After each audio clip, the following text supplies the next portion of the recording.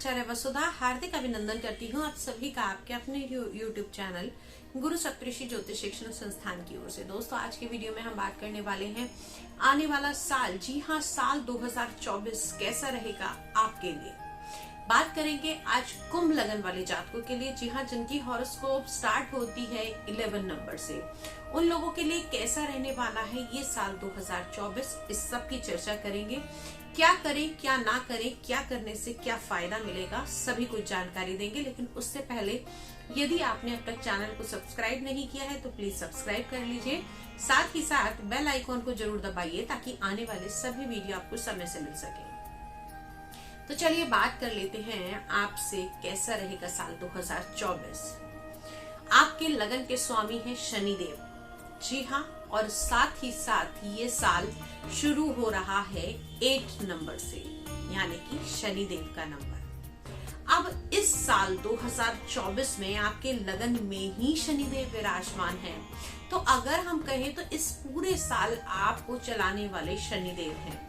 अब आपको क्या करना चाहिए? सबसे पहले आपके लगन में शनिदेव विराजमान है, तो कहीं ना कहीं यहाँ पर आपको सच्चाई की तरफ, कर्म की तरफ लेकर जाएंगे और साथ में आप लोगों को मेहनत बहुत ज्यादा कराएंगे। सिर के बाल आपके इस समय में गिर सकते हैं, थोड़ी मानसिक चिंताएं भी आपको सताती हुई इस साल के अंदर दिखाई देंगी, लेकिन उनसे बचने के लिए आपको शनि के मंत्रों का जाप करना चाहिए। आप ब्लू सफायर भी पहन सकते हैं और साथ ही साथ यदि आप ब्लू सफायर नहीं खरीद सकते तो नीली भी लेकर आप पहन सकते हैं। लेकिन ध्यान रहे, किसी भी स्टोन को पहनने से पहले अपनी कुंडली का व्यक्तिगत रूप से विश्लेषण अवश्य कराएं।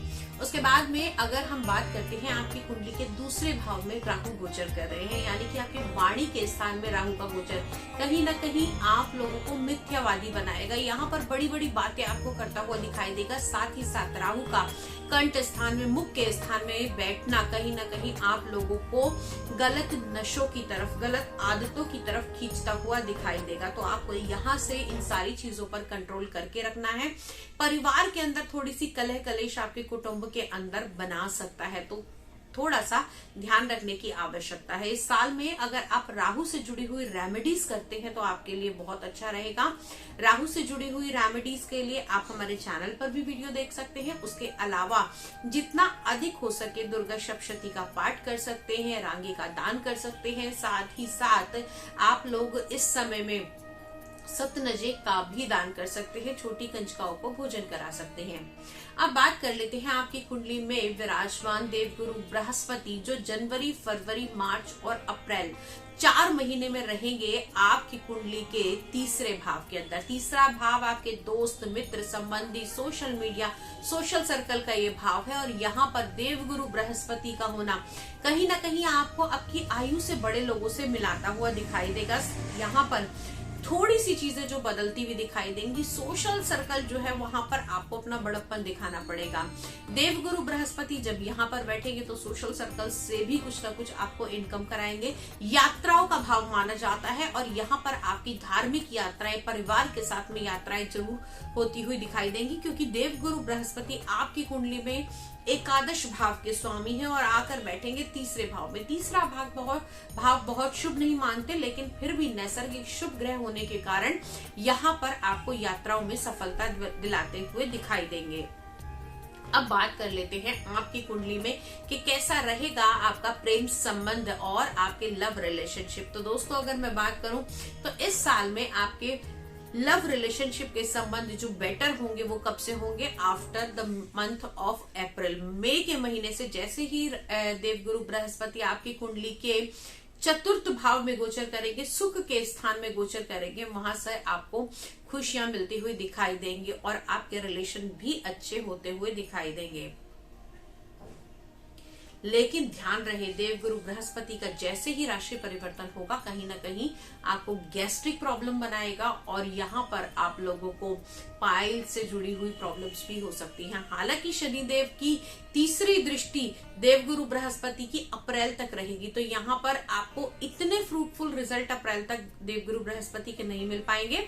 लेकिन जैसे ही शनि की दृष्टि से बाहर निकलेंगे, मई के महीने में नया मकान, वाहन और नई आप कहें लग्जरियस आइटम ये खरीद सकते हैं। अब ये आइटम्स कौन सी होंगी जो आपके वर्चस्व को और ज्यादा बेहतर करती हुई दिखाई देंगी।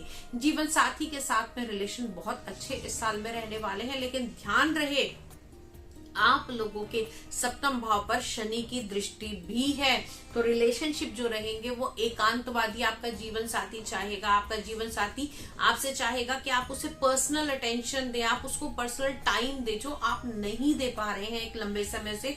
तो ध्यान रहे अपने रिश्तों को और ज्यादा अच्छा बनाने के लिए आपको आपके जीवन साथी के साथ संबंध मधुर बनाने पड़ेंगे। पार्टनरशिप की दृष्टि से भी ये साल थोड़ा सा आपके लिए उतार चढ़ाव भरा हो सकता है। इस साल में आपको आपके पार्टनर के साथ में भी रिलेशन जो है वो बड़े ही तरीके से मेंटेन करके रखने पड़ेंगे।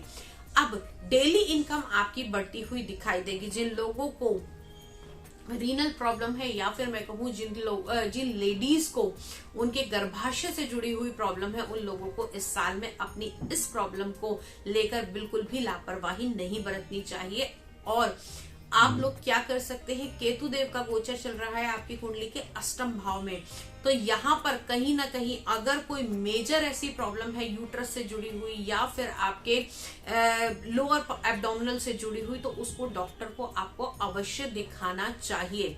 अब बात कर लेते हैं आपके भाग्य के बारे में। तो दोस्तों इस साल में आपकी जो साल की शुरुआत होगी, आपके भाग्य के स्वामी आपके दशम भाव में विराजमान दिखाई देते हैं, तो कहीं ना कहीं आपके भाग्य की उन्नति होगी आपके कर्मों के बल पर, यानी कि आप जितना अधिक करेंगे उससे बेटर रिजल्ट आपको इस साल में मिलते हुए दिखाई देंगे। मैं बार बार कह रही हूँ कि शनि का साल है और आपकी राशि के स्वामी भी शनिदेव हैं, आपके लगन के स्वामी शनिदेव हैं, तो इस साल में शनिदेव को जितना अधिक हो सके उतना उनको मना लीजिए। ये साल आपकी झोलियां भी भर सकता है। अब बात कर लेते हैं कि इस साल में क्या क्या नहीं करना है। इस साल में भूल कर भी आपने किसी कर्मचारी का दिल नहीं दुखाना है, क्योंकि इसके भारी रिजल्ट आपको देखने को मिल सकते हैं। साथ ही साथ इस साल में जितना अधिक हो सके किसी भी वृद्ध आश्रम में या फिर किसी ऐसे शेल्टर में जाकर आपको हेल्प करनी चाहिए जहां पर लोग असहाय हो, या फिर मैं कहूँ ऐसे आश्रम होते हैं जहां पर आप लोगों का कोई देखने वाला नहीं होता, वहां पर जाकर आपको कुछ डोनेशन अवश्य करना चाहिए। अपाहिज लोगों की जितनी अधिक सेवा करेंगे, इस साल का रेजोल्यूशन बनाइए कि इस साल में मुझे कम से कम एक हफ्ते में एक बार किसी ऐसे व्यक्ति को भोजन अवश्य कराना हो जो शारीरिक तौर पर निर्बल हो या शारीरिक तौर पर जिसे भगवान ने किसी प्रकार की परेशानी दे रखी है। यकीन मानिए इस साल के अंदर सिर्फ ये एक उपाय करके देखिए, आपको कोई मंत्र, कोई पूजा, कोई जाप करने के लिए नहीं कह रही हूं।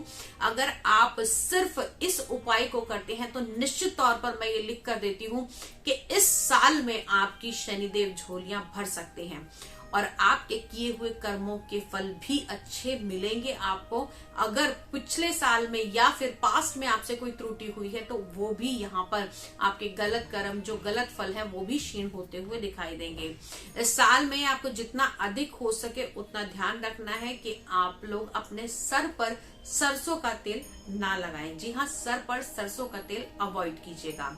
आज के वीडियो में इतना ही। अगले वीडियो में फिर से मुलाकात करती हूँ। यदि व्यक्तिगत रूप से अपनी कुंडली का विश्लेषण कराना चाहते हैं या घर, फैक्ट्री इत्यादि का वास्तु कराना चाहते हैं तो आप मुझसे जुड़ सकते हैं, नंबर स्क्रीन पर अवेलेबल है।